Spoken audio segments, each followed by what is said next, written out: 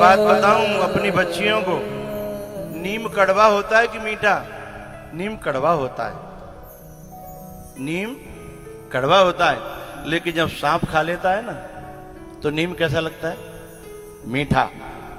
ऐसे ही जब कोई कर्म का सांप डस लेता है उस समय जो माँ बाप मीठे होते हैं वो कड़वे लगते हैं, और जो असल में कड़वे लोग होते हैं जिंदगी को नरक में खींचने वाले वो मीठे लगते हैं। ये दुर्भाग्य जब डस लेता है ना, जिन बच्चियों को अपने माँ बाप बुरे लगने लगते हैं, अपना भैया तो कसाई लगने लगता है, उसकी रास्ते में बाधा डालता है ना, लेकिन वो ये बात भूल जाती है कि रास्ते में बाधा नहीं डाल रहा, ये तेरे को बहुत प्यार करता है।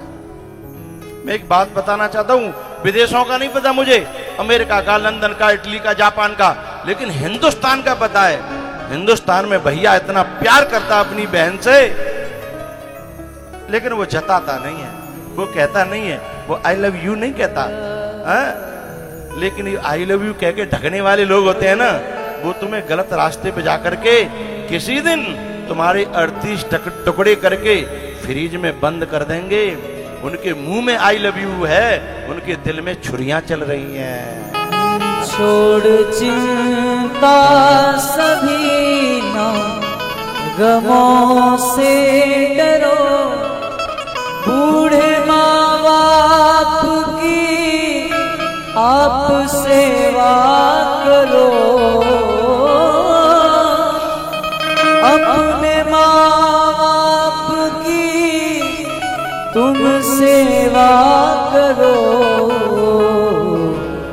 उसकी करता है चिंता जगत का पिता, उसकी करता है चिंता जगत का पिता, जिसको चिंता लगी अपने माँ बाप की, वो जिसको चिंता लगी अपने माँ बाप की, वो रहता भगवान उसके सदा साथ है, रहता भगवान उसके सदा साथ है, बन गया जो खुशी अपने माँ बाप की, बन गया जो खुशी अपनी माँ बाप की। जिन बेटियों को अपना भाई कसाई लगता है ना, अपना बाप, अपनी माँ जो कसाई लगते हैं ना, उनकी आंखों पे माया की धूल चढ़ गई है, उनकी बुद्धि उल्टी हो गई है।